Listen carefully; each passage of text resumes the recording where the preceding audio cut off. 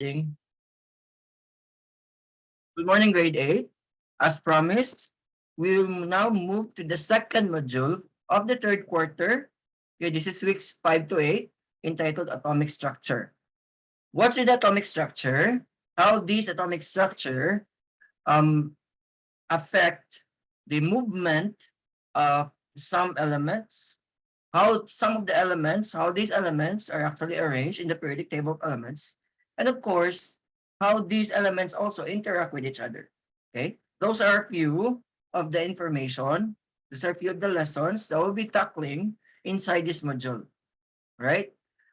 So let's move now to atomic structure.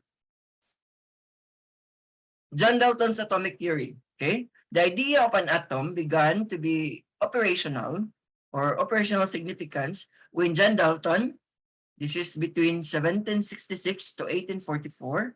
He is an English scientist, showed that this could explain the existing laws of chemical combinations. He is actually into chemical combinations. He is actually into how these chemicals, how do these elements combine? How do these elements also react to certain elements or other elements? Okay. He chose the word atom to express an idea of invisibility because these atoms are invisible.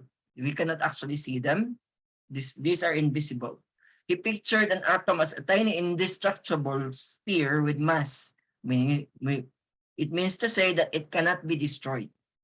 Okay. Dalton, because of his contribution to atomic theory of matter, is known as one of the fathers of modern physical science. Postulates of Dalton's theory. Okay, the modern atomic theory defines an atom as the smallest particle of an element which can enter into chemical combinations. Okay, the idea is embodied in Dalton's atomic theory. Okay, the basic postulates, if which are follows or as follows. These are the postulates of Dalton's theory. Okay, please take note. Matter is made up of extremely small, indestructible particles called atom. So, indestructible means to say it cannot be destroyed. Okay, it is actually what? It cannot be destroyed, meaning to say that it stays as is because it cannot be destroyed. It cannot be put into simpler form because that's the simplest. Okay. All atoms of a given element are alike. They are alike. That's according to Dalton's theory. Okay. Third one is atoms enter into combinations with other atoms to form compounds, but remain unchanged during ordinary chemical reactions. Okay.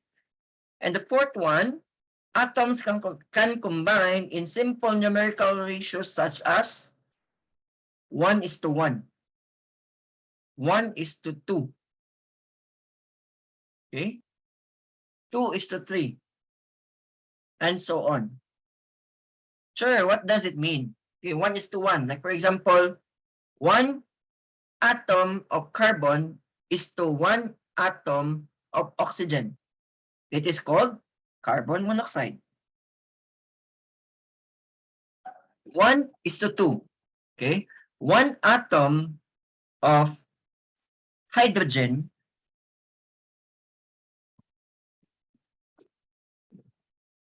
ano, 1 atom of carbon, okay, is to 2 atoms of oxygen. That's carbon dioxide.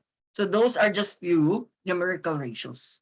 That's according to the postulates of Dalton's theory. Dalton's atomic theory gives sufficient explanation to the 3 laws of chemical combinations. What are these 3 laws of chemical combinations? We have the law of conservation of mass. Okay, what's inside the law of conservation of mass? It states that when an ordinary chemical reaction occurs, there is no detectable change in masses of substances involved before and after reactions. Meaning to say they are equal. They are conserved. Okay, that's the law of conservation of mass. Okay. The second, according to the third postulate of Dalton's theory, when atoms combine with atoms to form compounds, they remain unchanged.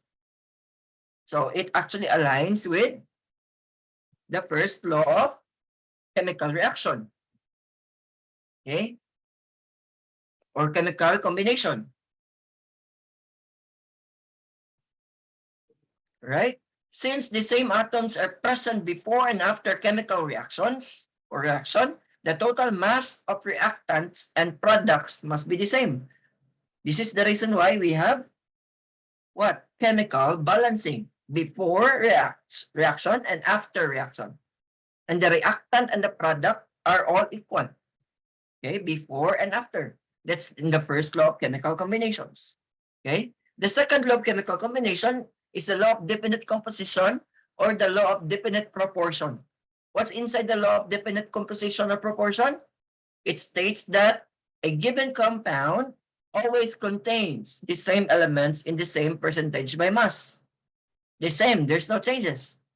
Okay, whatever is in the reactant, it should be in the product. When two elements combine to form a given compound, they always do a fixed proportion. Okay? Dalton explains the law of definite proportion by considering the second and the third postulates. Okay? If all atoms of elements are alike, and atoms combine in a fixed numerical ratios, the one we had discussed a while ago, 1:1 or 1:2, or so on, and atoms combine in a fixed numerical ratios, then the percentage composition of a compound is always the same regardless of its origin or method. That's under the law of definite composition or proportion. Okay? The third law of chemical combination is the law of multiple proportions. Okay? It states that when two elements combine to form more than one compound, if it is more than one compound, the masses of one element which combine with the fixed mass of the other element are in ratio of small whole numbers such as 2:1 or 1:2 or 1:1 or 2:3 and etc. That's under the third law of chemical combinations. Dalton's idea of endowing the atom of an element with a characteristic mass offered an explanation for the laws of chemical combination. Okay, the mass became known as atomic weight. We have now what we call as atomic weight. You can actually observe atomic weight in your periodic table of elements. It is in the some of them are in the lower part, but some of them are actually written in the upper part. You just need to see the legend in your periodic table of elements.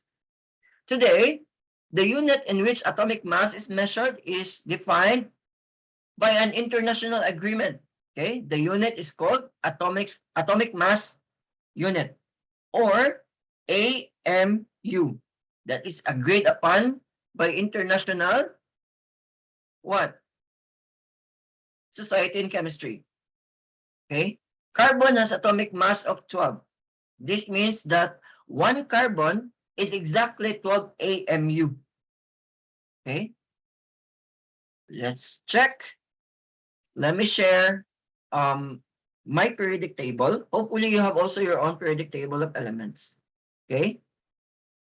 What I want you to do is I want you also to download a periodic table of elements. But if you want my periodic table, I can share it in our GC if in case. Are you still with me?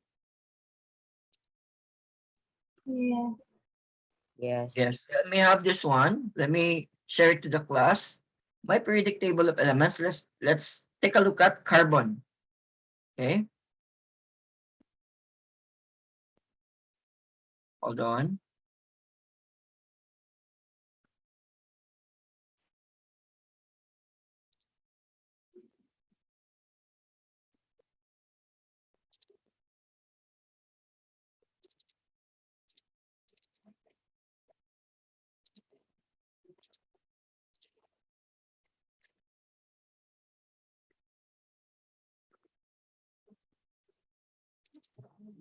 Okay, there you go.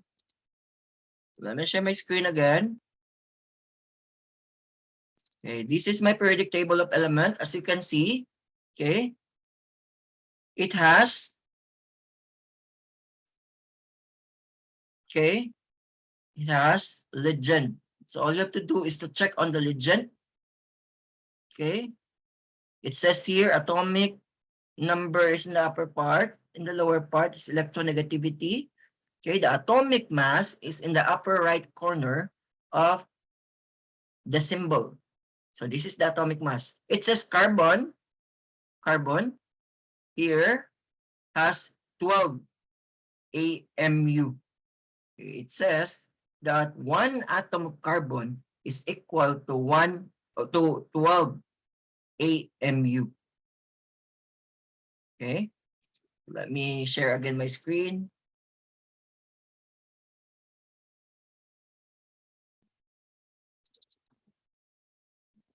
Right, let's continue with the discussion.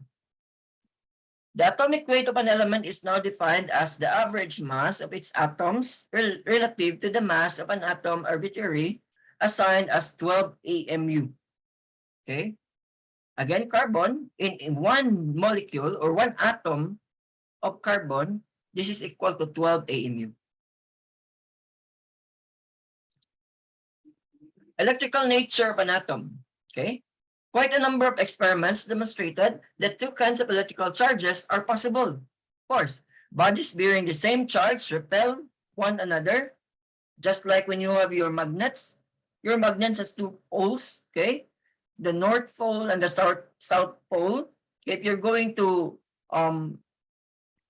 put together the two North Poles, they will just repel each other because they have the same charges. While bodies of opposite charges attract one another. This is known as the Coulomb's law. Okay? The law was formulated by Charles Coulomb. He is actually a French physicist. Okay? Coulomb, this is a symbol C, an electrical unit of charge was named in honor of Charles Coulomb. Other electrical discoveries were made years later by Luigi Galvani. Okay, this is between 1737 and 1798. He is actually an Italian scientist, was successful in passing a current by making use of energy derived from chemical charge or chemical reactions. He pioneered the study and use of electricity. Okay. He actually started the use of electricity. The invention of battery by Count Alessandro Volta, this is between 1945 to 1827, 1827 to 1945, he is an Italian physicist, sparked the widespread of investigation into phenomenon of electrolysis, splitting of electricity. Okay, it was followed by Sir Humphrey Davy, okay, in 1778 to 1829, and Michael Faraday in 1791 to 1867, who studied the electrical decomposition of numerous compounds. Okay, electrical decomposition. Okay, Faraday proposed the quantitative law known as the Faraday's law to express the magnitudes of electrolytic effects. There are some electrolytic effects. We actually use these electrolytic effects in cleaning some jewelries by electrolysis. So these are just few of the practical uses of Faraday's law. He suggested the existence of fundamental unit of electricity to account for his results involving electrolysis of solutions of aqueous acids and salts. The idea was extended by George Stunning in 1826 to 1911. He is an Irish physicist who proposed the name electron for the unit charge. Okay? These experiments and other similar ones performed during the time of Dalton really suggested that a fundamental relationship existed between electricity and structure of a matter. There is a relationship. Hold on, I'll just take this call.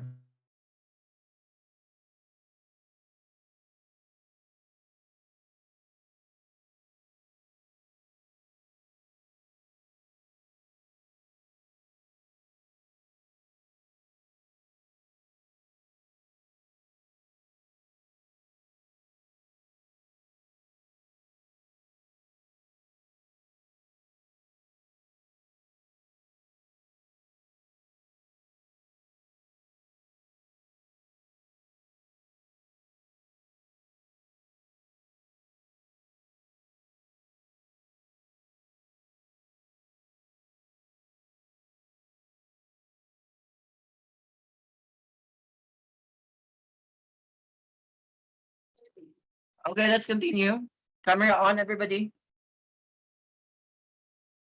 These experiments and other similar ones performed during the time of Dalton suggested that there is, yes, there is a fundamental relationship existed between electricity and the structure of matter. That's why we have atomic electrical structure of a matter, because there is a relationship between the electricity and the structures of this matter.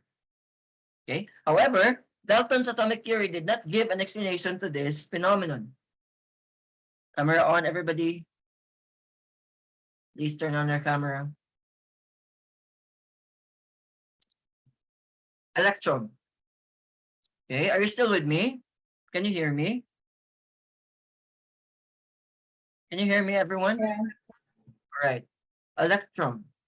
William Crooks, this is between 1832 to 1919. Okay. He is an English chemist using a vacuum discharge tube called Crooks tube. Okay. Showed that there was some kind of matter coming from a cathode. Okay. This is a negative electrode. These particles were called cathode ray or cathode rays because they originated from a cathode. Okay. Sure. What is this cathode ray? Okay. Cathode rays are actually used in your CRT monitors before. Okay. The old monitors that we have before, they're using, or the old TVs, televisions, the bigger ones with picture tube. Your picture tube is actually a cathode ray tube. Cathode ray tube, CRT. Okay. It is actually a CRT. It is a product of this, the a product of Crookes tube or the cathode rays tube. Okay? Okay, this is the cathode ray tube, as you can see in the illustration. Okay, as you can see, a light passing through a tube, and of course, there is a negative charge, which is the cathode reacted to an anode. As you can see, there is a strike of light here. This is how your CRT works.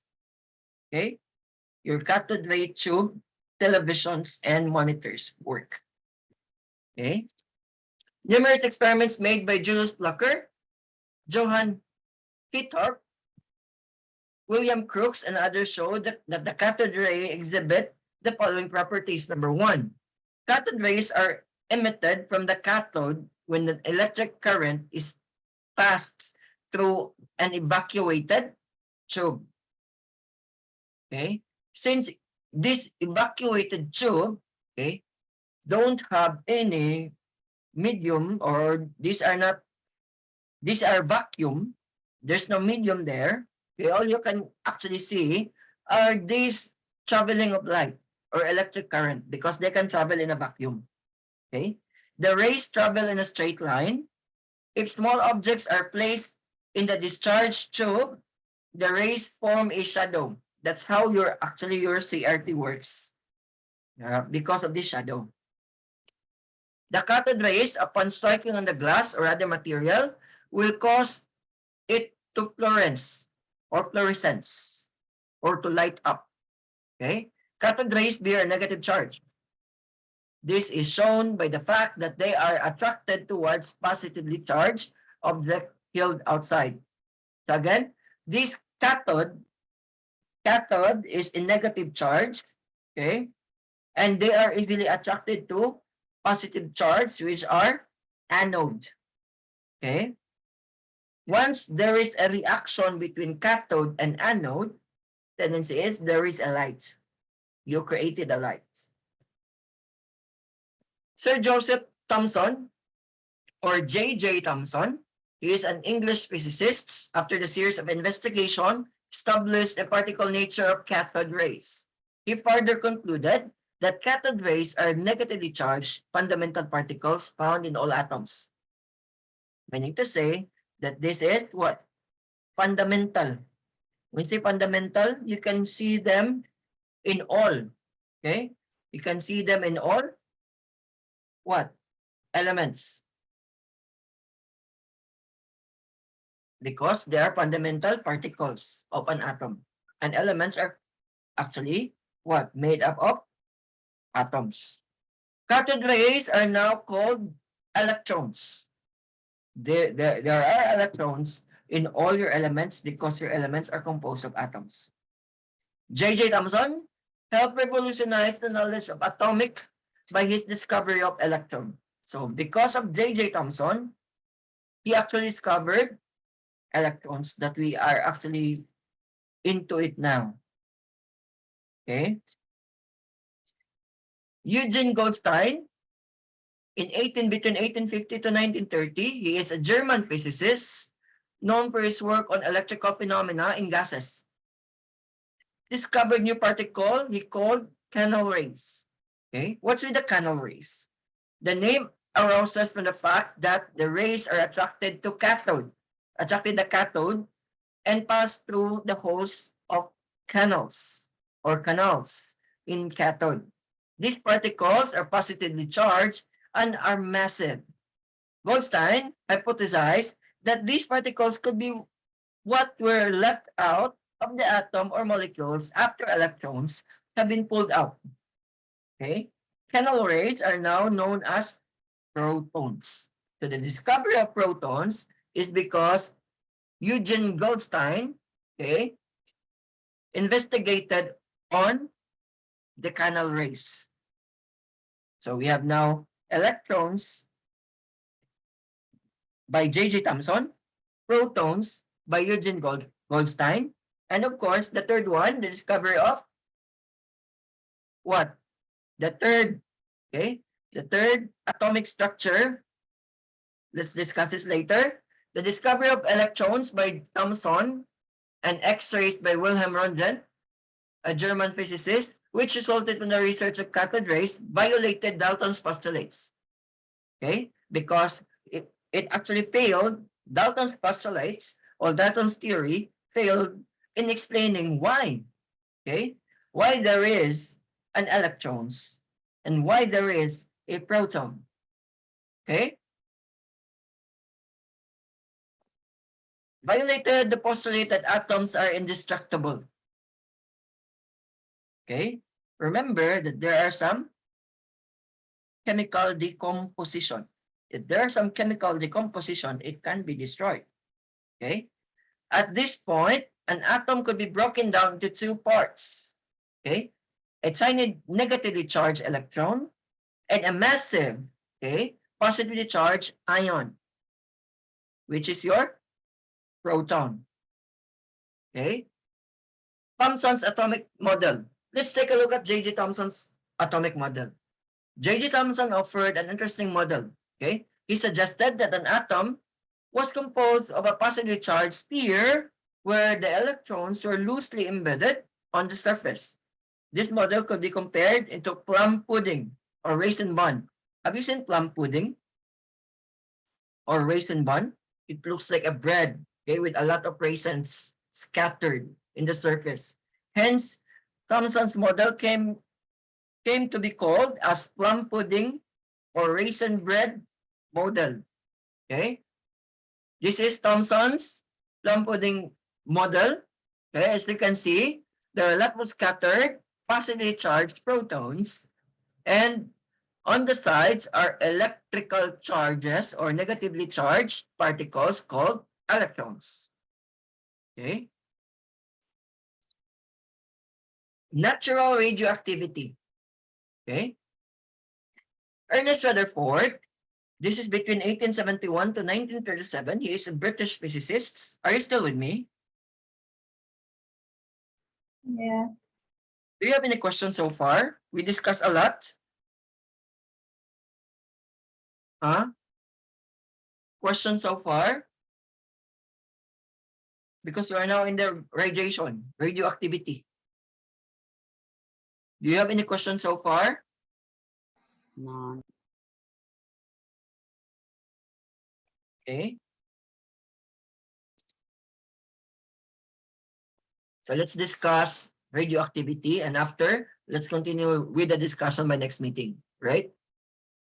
Natural radioactivity, of course, Ernest Rutherford this is between 1871 to 1937. He is actually a British physician. Okay, physicists completely unraveled the nature of Barkle's ray. Yeah, these are rays emitted by the uranium material. Okay, uranium is a radioactive element. Okay, he discovered with his coworker that the rays are of three types. There are three types of rays emitted by uranium. Okay, the first type of are positively charged particles called alpha or alpha rays.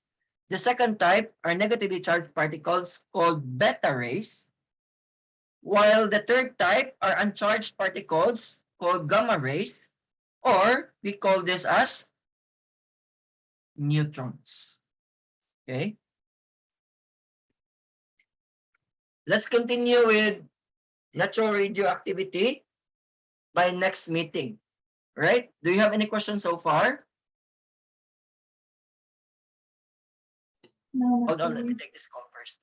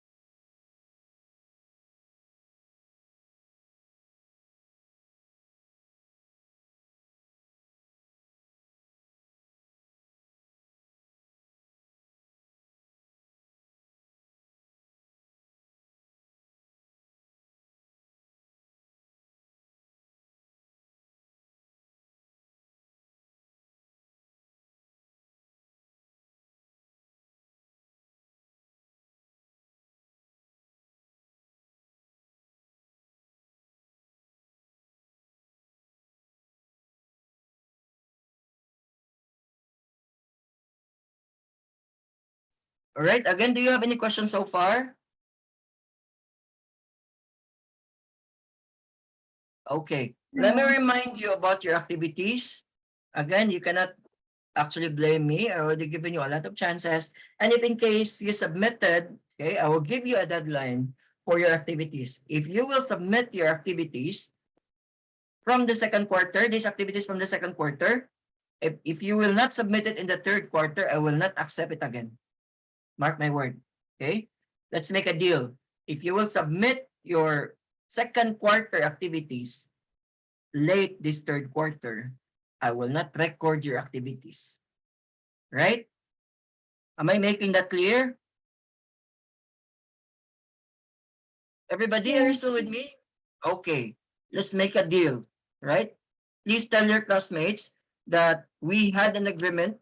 If in case you will submit your activities late for the third quarter, I'm talking about the activities from the second quarter.